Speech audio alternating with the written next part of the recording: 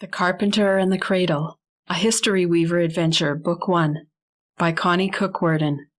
Read by the author. Chapter 23. Christopher wriggled off Fern's lap, landing himself on the floor.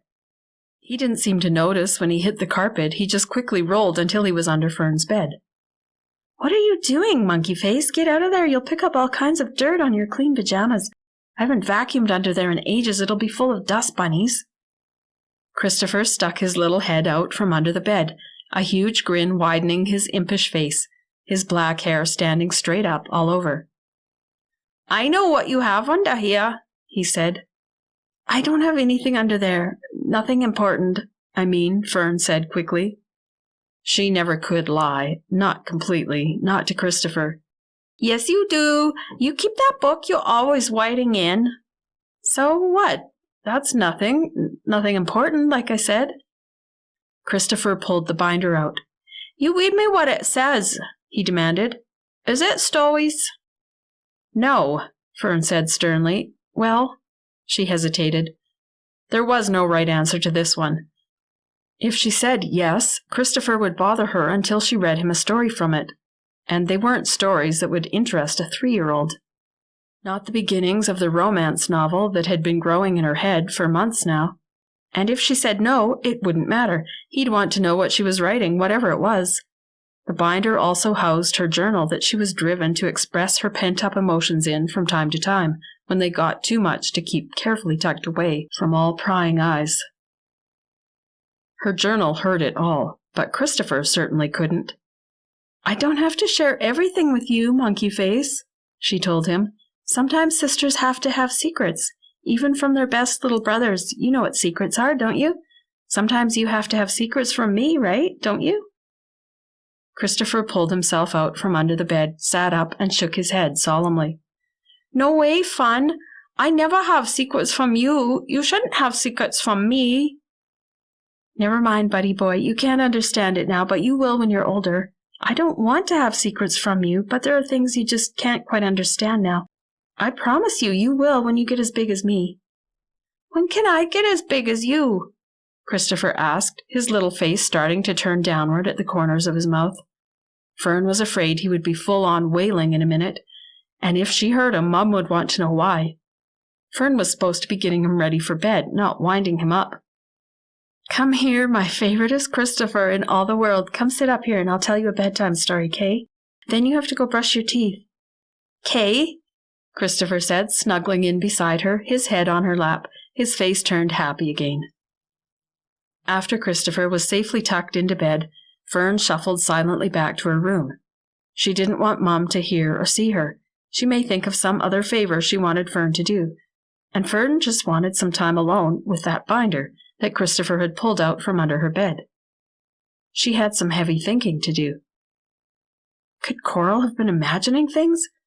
But Will was her brother. Surely Coral would know if he'd only been joking around, or if his statements had been intended in some other way than the way Coral took them. The way Fern couldn't help taking them, too. She remembered the way he had seemed to look at her that day. Had it, in fact, meant something, then?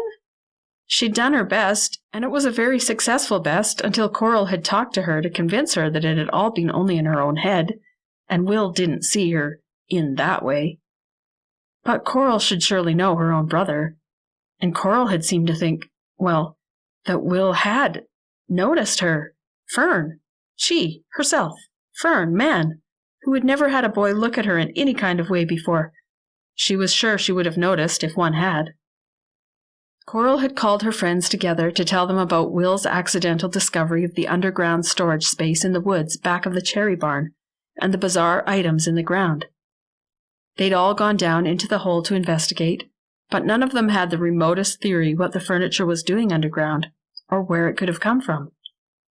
After exploring, they'd had a picnic in the woods behind the bookshop, and as much as the mystery of the hole in the ground and its contents were flooding all their minds and their conversations, not to mention Georgie's disappearance, Coral had other news on her mind that she'd found the opportunity to share with Fern. And now that piece of information was flooding Fern's mind. While June and July had gone to pick wild raspberries in the woods after the picnic, Coral motioned Fern over. Coral, of course, had prefaced the whole conversation by saying to Fern, "I really shouldn't be telling you this, and he told me not to say anything to you about it, but I can't tell if he really meant that or not, and anyways, he shouldn't have said anything to me at all if he didn't want me to say something to you." And then Coral had gone on to drop her, to Fern at least, bombshell revelation. It was a bombshell revelation to Fern that a guy like Will, of all people, could possibly have noticed her. As a girl. He'd noticed her in that way. It was too crazy to be believed. Fern would never be the kind of girl that she termed to herself an airhead that boys her age seemed to prefer. The girls who talked too much and too loud and tried too hard to get the guys to look. Coral told her that she thought it was the fact that Fern was different from this type of girl, maybe a type that Will had never even met before, that had attracted him. But she was very definite that Will did, in fact, think she was a pretty girl, even without the makeup and the dyed hair and the designer clothes and the other usual accompaniments that girls use to attract boys. It was just too crazy to be believed. Fern honestly didn't know what to think. But she'd have to spend an hour or two with her journal, and then she'd know. The men looked at each other, astonishment plain on every face. It was one of their cultural values never to show their emotions. At least, not any of the weaker emotions. Anger, pride, power. Emotions fit for men were a different story, but surprise showed weakness. And yet, it was unmistakable that all the men were surprised, even shocked. Or were they? Was it possible that one of the men had come back after the fire had been set and the council had walked away in separate directions, and that one man had pulled the enemy stranger from the flames and set him free before the fire consumed him? It was the only theory Coe thought likely. He knew he hadn't done it. There may have been a moment of temptation. The thought had crossed his mind. The impulse to run back had come over him as they departed from the burning hut into the thick night. But he was side by side with his father, and he had resisted the urge. He'd had to. However, there was just one person that he thought may have given in to an impulse to rescue the man from his fate. If it was anyone, it would have been Porter.